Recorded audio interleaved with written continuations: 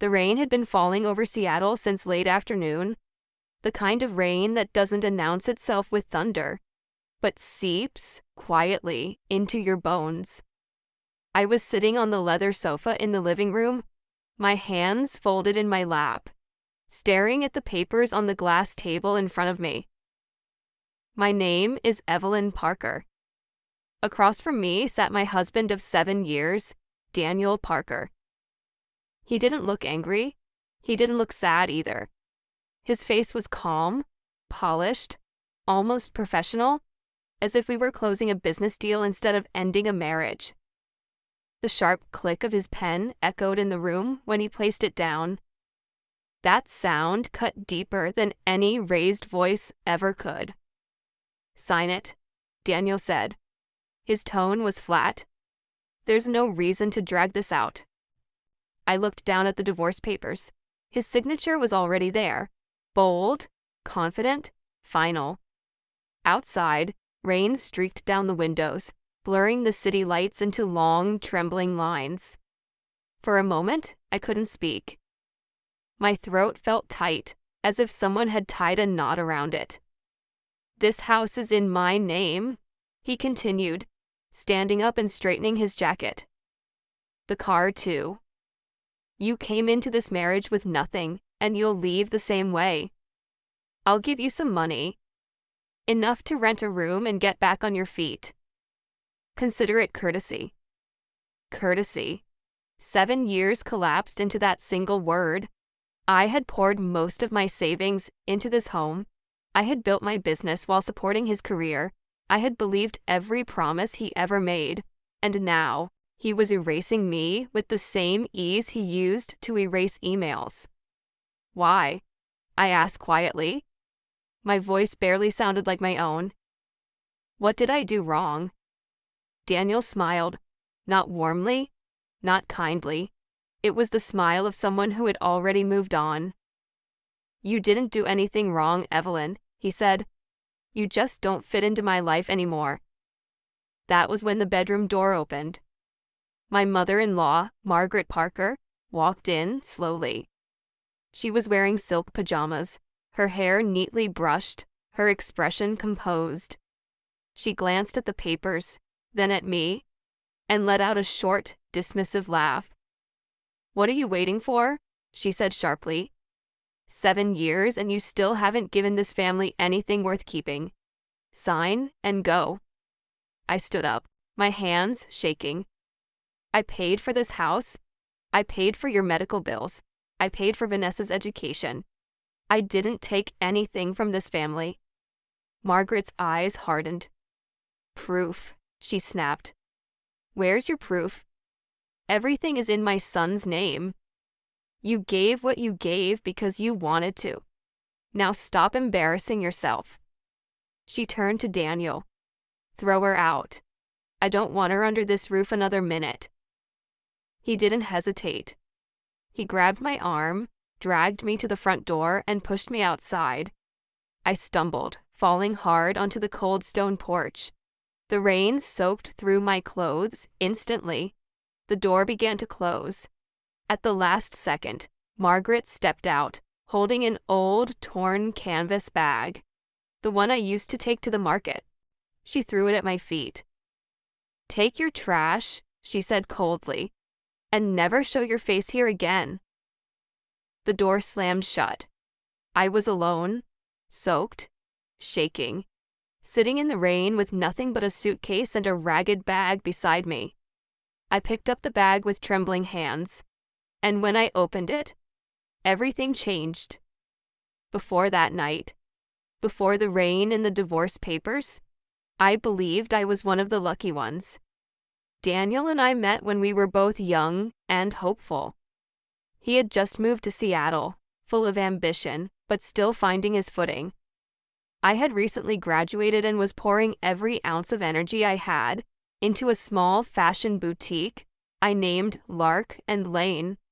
It was nothing glamorous at first, just a narrow space, a few racks of clothing, and a dream that felt bigger than the room itself. Daniel used to sit on a stool near the register while I worked late. He would watch me fold clothes, manage inventory, talk to customers. He told me he admired my drive. He said I inspired him. I believed him. We married quietly. No grand venue, no luxury honeymoon, just family, close friends, and promises whispered with absolute certainty. After the wedding, we lived modestly. I kept growing my business, slowly turning one boutique into two, then three. Lark and Lane became profitable, stable, respected. I never hid that success from Daniel. I shared my numbers. I shared my plans. I shared my wins. I thought marriage meant transparency, teamwork, trust. When Daniel struggled early in his career, I supported him without hesitation. When he landed his first major promotion, I celebrated him like it was my own achievement. And when he talked about wanting to give his family a better life, I didn't question it. His parents lived in an aging house that needed constant repairs. When his mother fell ill, I paid for the treatments without ever mentioning money. When the bills piled up, I handled them quietly. I told myself that this was what family did for one another. Then there was his sister, Vanessa. She was bright, ambitious, and eager to leave Seattle to chase bigger dreams. When she talked about expensive programs and opportunities she couldn't afford, I saw myself in her younger years. I offered to help, not as a loan, not with conditions, just help. For years, I sent money regularly, tuition, living expenses, everything she needed so she could focus on building her future. I sacrificed vacations. I postponed expansions. I told myself it was temporary, that it would all be worth it one day. As Lark and Lane stabilized, I stepped back from daily operations. I wanted to be more present at home. I cooked. I organized. I waited for Daniel at night. I believed I was investing in our marriage the same way I had invested in my business. I never thought of myself as generous. I thought of myself as loyal. And loyalty, I would soon learn, is the easiest thing to exploit when it is given without protection. The change didn't happen overnight. That was the most dangerous part of it. At first, it was subtle. Daniel started coming home later than usual. He said work was demanding more of him. New clients, new expectations, new pressure. I believed him, because ambition had always been part of who he was. Then the late nights turned into missed dinners. Missed dinners turned into weekends spent networking.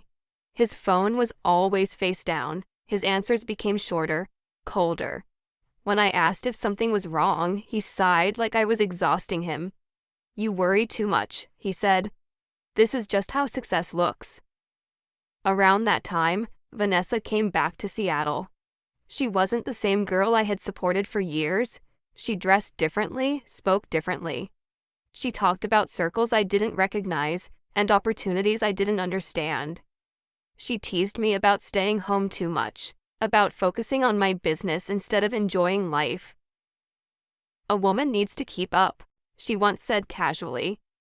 "Men get bored when things feel predictable." I laughed it off. I thought she was just young and blunt. I didn't realize she was testing boundaries. Daniel began going out with her more often. Dinners, events, private gatherings. He said Vanessa was helping him make connections. I wanted to be supportive, so I stayed quiet. But the house felt different. He stopped asking about my day.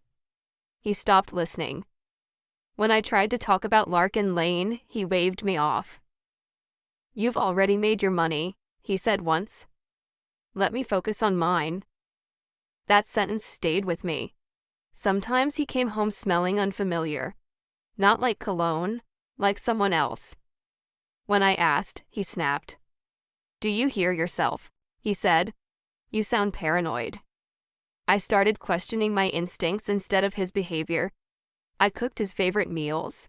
I dressed better. I tried harder. And the more I tried, the more distant he became. He spoke to me like a problem that needed managing, not a partner who deserved honesty. Margaret noticed too. She grew sharper with me, more critical. She commented on how quiet I was, how little space I seemed to take up. "You've changed," she said once. "You used to be more useful." I told myself it was stress. I told myself all marriages went through seasons. I told myself patience was strength. What I didn't know was that patience to the wrong people looks exactly like permission. And while I was trying to save a marriage, Daniel and Vanessa were quietly preparing to end it on their terms. I just didn't know yet that I wasn't losing control. I was being pushed out of it. The rain slowed to a thin, icy drizzle as I walked away from the house I had once called home. My suitcase rolled behind me, its wheels catching on cracks in the sidewalk. I didn't know where I was going. I only knew I couldn't stay there any longer. I stopped beneath the awning of a closed cafe and sat down on the cold concrete. My hands were numb. My thoughts were empty. The only thing beside me was the torn canvas bag Margaret had thrown at my feet like a final insult. I stared at it for a long moment. It was the same bag I used to take to the market. Faded, frayed at the edges, ordinary. I expected to find a few old clothes inside, maybe things they didn't bother to keep. With a slow breath, I opened it. The first thing I saw wasn't clothing. It was a small, dark blue passbook, wrapped in clean leather, new, completely out of place. I took it out, confused. The bank name was familiar. My hands began to shake as I opened the first page. Account holder, Evelyn Parker. Balance, $20 million. I closed it, opened it again, read the numbers once more. My heart pounded so hard I thought I might pass out. This didn't make sense. I had never opened an account like this. I had never seen this kind of money in my life. Beneath the passbook was a folder of documents, neatly organized and sealed. Property papers. The address wasn't the house Daniel had thrown me out of. It was a townhouse in Queen Anne, one of the most desirable neighborhoods in Seattle. Owner, Evelyn Parker. Paid in full. My vision blurred. I pressed my fingers into my arm, grounding myself in the cold, solid pain. This was real. It had to be. At the bottom of the bag, I found an old prepaid phone and a folded letter taped carefully to the back of it. The handwriting was unmistakable. Margaret. I unfolded the letter slowly, my breath shallow. Evelyn, if you are reading this, you are probably hurt. You are probably angry, and you have every right to be. What I did today was cruel. It was deliberate, and it was the only way I could protect you. Daniel and Vanessa have been taking money from your company, not carelessly, systematically. They planned to leave you with nothing once they were finished. If I had warned you openly, they would have moved faster and destroyed evidence. So I played the role they expected. I let them believe I was on their side. The money and the property are yours. I moved what I could quietly and legally. Use the phone in this bag. Do not use your old one. Pretend you are broken. Pretend you have nothing. This is not over. But now, you are no longer alone. My chest tightened as tears finally fell. Not from despair this time, but from something I hadn't felt in a long while. Hope? I closed the bag, my hands steady now. The storm wasn't over, but I finally understood that it had never been meant to destroy me. It was meant to wake me up. I didn't go to my mother's house that night. Instinct told me not to. If Daniel or Vanessa decided to look for me, that would be the first place they checked. Instead, I called Tasha Reynolds. Tasha was someone I had helped years ago when she first moved to Seattle. We weren't inseparable friends, but there was trust between us. The kind built quietly, without expectations.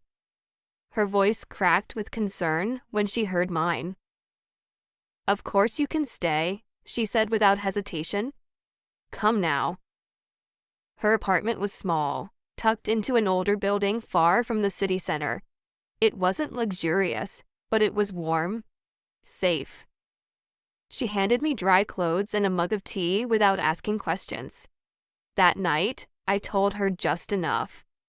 I said my marriage had ended. I said I had been forced out.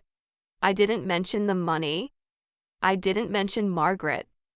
I needed the story to be simple, believable. Even kindness could become dangerous if it knew too much. When Tasha finally went to sleep, I sat alone on the couch with my laptop. I logged into the internal system for Lark and Lane. At first, everything looked normal.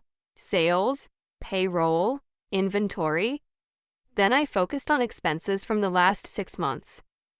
My eyes stopped on a category labeled consulting and marketing services. The payments were consistent. Too consistent. Each month, large sums were sent to a firm called Blue Ridge Consulting, LLC. I frowned. I didn't remember approving any long-term consulting contract, especially not one with numbers like these. I searched the company name. The registration details loaded slowly, each second stretching my nerves tighter. Owner and legal representative, Daniel Parker. The room felt suddenly too quiet. I leaned back, staring at the screen. It wasn't a misunderstanding. It wasn't carelessness. It was a plan. Daniel had built a shell company using my money, funneling funds out of the business I created, while standing in front of me every night and asking what was for dinner. My phone vibrated. A message from the prepaid phone. "They believe you left with nothing. They are already relaxing. Stay quiet." I'm watching. Margaret. I closed my laptop and exhaled slowly. For the first time since the rain soaked my clothes, I felt something solid beneath the fear. Control? They thought the story was over. It was just beginning. Once I knew where the money was going, the next question became unavoidable. Who was helping him? Daniel didn't have direct access to Larkin Lane's accounting system. He never had. I had kept financial controls tight from the beginning, not out of distrust, but out of habit. Good business required structure, which meant someone on the inside was opening doors for him. One name surfaced immediately. Paige Nolan. Paige had been my head accountant for 5 years, quiet, precise, reliable. She knew every invoice, every approval process, every safeguard I had put in place. I trusted her enough to stop checking behind her. And that trust suddenly felt very heavy. I pulled up older records and began comparing them side by side. The consulting invoices from Blue Ridge Consulting were clean on the surface. Proper formatting, correct language, the right signatures. Too right. They all followed the same structure, same wording, same timing, as if they had been copied and adjusted just enough to look legitimate. My phone vibrated again. This time, it was an audio file from Margaret. I hesitated before pressing play. Daniel's voice filled the room, tense and sharp. "She can't find anything," he said. "You made sure the records look clean, right?" Paige answered, her voice lower, strained. "Yes, but if she pushes for an audit, we'll need to erase the backup files." "Do it," Daniel replied. "Clean everything, no trace." The recording ended. I sat still, listening to the silence that followed. They weren't just stealing. They were preparing to destroy evidence. That was when I understood something crucial. People don't make mistakes when they feel threatened. They make mistakes when they feel safe. Daniel believed I was broken. Paige believed she was untouchable. And Margaret had been right. The more helpless I appeared, the more careless they would become. I didn't confront anyone. I didn't send emails. I didn't demand answers. Instead, I did nothing. I let them believe their plan was working. Because the truth was, every file they touched, every record they tried to erase, was leaving behind something far more dangerous than paper. Proof. And I was finally ready to let them create it for me. I didn't confront Daniel. I didn't call Paige. I didn't warn anyone. Instead, I went to the one place I had avoided since the night everything collapsed. My mother's house. Diane Parker had always lived quietly, far from the noise of my marriage and my business. When she opened the door and saw me standing there with tired eyes and rigid posture, she didn't ask questions.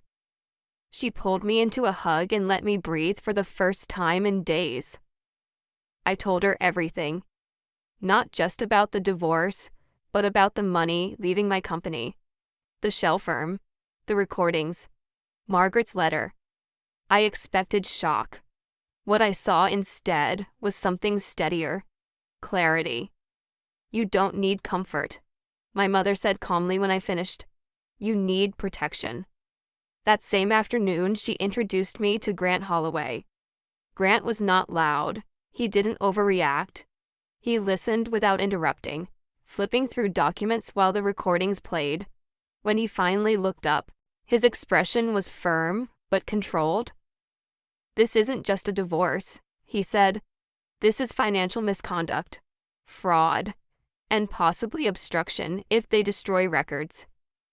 I asked the question I had been avoiding. Can I win? Grant shook his head slightly. That's the wrong question. You already have enough to act. The real question is how you want this to end. He laid out the options clearly. Civil action to reclaim funds and assets. Criminal investigation if evidence destruction continued. And timing?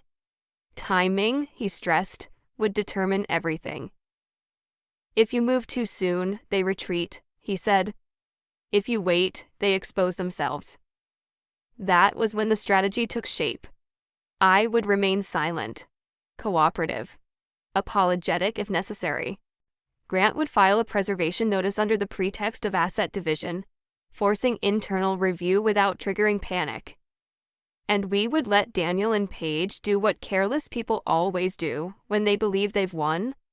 They would rush. They would erase. They would leave fingerprints. Before I left his office, Grant looked at me directly. This will get uncomfortable, he said. They will say things, post things, rewrite the story. You'll need discipline. I nodded. I had already survived being thrown into the rain. Discipline wasn't the hard part. That night, I returned to Tasha's apartment and played my role carefully. I spoke little. I moved slowly. I let worry show. I allowed silence to do the work. On my phone, a new message appeared from Margaret. Vanessa is planning something public. Big. She wants to celebrate her new life. I stared at the screen. A public stage. A place where confidence would turn into carelessness. I typed back one line. Let me know when. I set the phone down and looked out the window at the city lights. Daniel thought I had reached the end. What he didn't understand was that endings don't begin with noise. They begin with patience. Vanessa's party became the center of everything without her realizing it. She talked about it openly. A celebration of new beginnings. A chance to introduce her new circle. A statement. According to Margaret, the venue alone cost more than most people earned in a year. Daniel was paying for all of it. Grant moved quietly. He submitted a formal request for document preservation to Lark and Lane, framed as a routine step in the divorce process. Nothing aggressive, nothing alarming, just enough to create pressure without revealing intent. Inside the company, I scheduled a short meeting. I kept my tone soft, uncertain. I've been told there may be a review, I said, looking around the room without making eye contact. If there's anything missing or unclear, please double-check. I don't want problems. Paige's face tightened for half a second. She recovered quickly, but it was enough. That evening, Margaret sent another message. No commentary, just an audio file. Paige's voice sounded rushed this time. "He's nervous," she said. "If this review goes deeper, we're exposed." Daniel replied without hesitation. "Then don't let it go deeper. Clean it, all of it, tonight." I didn't feel anger when I listened. I felt distance. Grant explained later that digital systems don't forget the way people think they do. Deleted files leave trails. Altered records create patterns.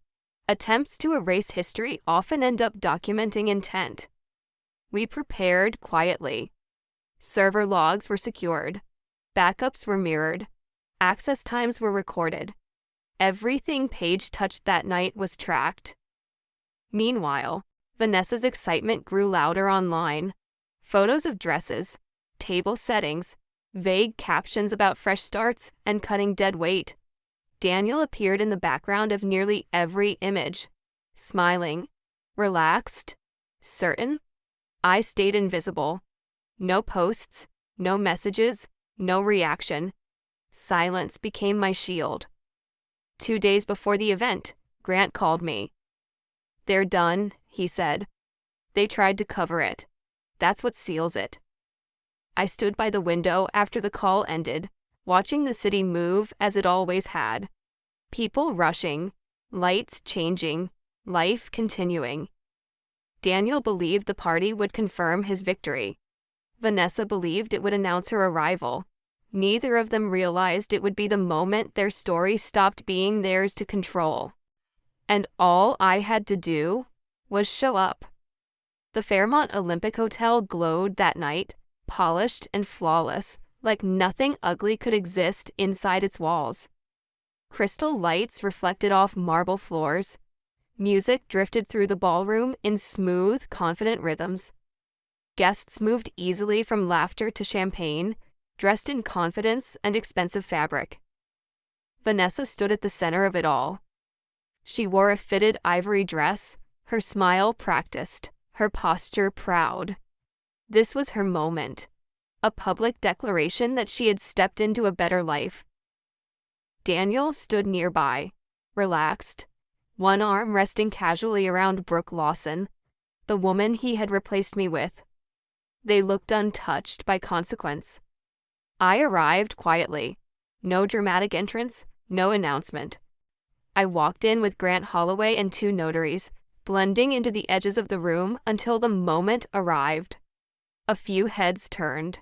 Whispers followed. People recognized me. The discarded wife. Vanessa froze when she saw me. Daniel's smile faltered, just slightly. Enough to notice. Before either of them could react, the host tapped the microphone and invited everyone to direct their attention to the main screen for a special presentation. That was my cue. I stepped forward and took the microphone from his hand. "My name is Evelyn Parker," I said evenly. "And tonight, I brought a gift." The screen lit up. The first images were simple. Photos of Daniel's parents' old home, medical invoices, tuition payments, each labeled clearly, dates, amounts, my name. A quiet murmur spread through the room. Then the next slide appeared. Blue Ridge Consulting LLC. Bank transfers flowed across the screen in clean lines. Monthly payments, identical amounts. The company registration followed. Daniel Parker. Owner. Gasps replaced whispers. I didn't rush. I let the information breathe. The final segment played next. An audio recording filled the ballroom, Daniel's voice, Paige's voice, clear, unmistakable. Clean everything, no trace. The silence afterward was heavy. Brooke slowly stepped away from Daniel, her expression shifting from confusion to disgust. Vanessa's face drained of color. Her mouth opened, but no sound came out. Grant stepped forward. "These documents have been notarized and preserved," he announced. "Formal complaints have been filed. This is now a legal matter." The room erupted. Questions flew, accusations followed, phones were raised, conversations broke apart as quickly as the illusion had formed. I placed the microphone back on the stand. I didn't look at Daniel. I didn't need to. Truth doesn't argue. It simply stands there, undeniable, while everything built on lies collapses around it. As I walked out of the ballroom, the music never resumed. The party was over, and so was their control. The fallout began before the night was over. By morning, the story had spread far beyond the ballroom. Messages filled my phone from people who had watched the scene unfold, from partners who had quietly stepped away from Daniel, from employees who finally understood why things had felt wrong for months. Grant moved faster than public opinion. Formal complaints were filed. Financial records were secured under court order. Daniel and Paige were summoned for questioning before they could coordinate their stories. Travel restrictions followed soon after, quiet but firm, closing doors they hadn't yet realized were about to slam shut. Inside Larkin Lane, I resumed control, not with speeches, not with accusations. I froze questionable accounts, reassigned access, initiated an independent audit that spoke in numbers instead of emotion. The results were clear, thorough, and impossible to dismiss. Vanessa's role came next. She wasn't charged with theft, but her involvement wasn't ignored. Messages, introductions, pressure applied at the right moments, enough to establish that she had known, encouraged, and benefited. She stopped posting. Daniel tried to reach me once. I didn't answer. Not because I was afraid, and not because I wanted to punish him. There was simply nothing left to say. The legal process didn't need my anger to function, it needed facts. And it had them. As the investigation unfolded, people asked how I felt. Whether I felt satisfied? Whether exposing everything in public had brought me peace? The truth was simpler. I didn't feel victorious. I felt finished. Finished carrying confusion that wasn't mine. Finished protecting people who never protected me. Finished shrinking myself to keep someone else comfortable. Revenge seeks pain. Accountability seeks balance.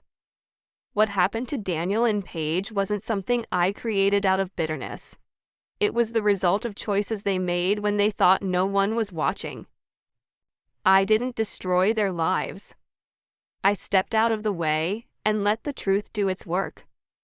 And for the first time since the rain soaked through my clothes that night, I slept without bracing myself for impact. I thought the story ended there. I was wrong. A week after the investigation became public, Margaret asked me to meet her. Not at the old house, not at a cafe. She sent me an address in downtown Seattle and a time. I arrived early.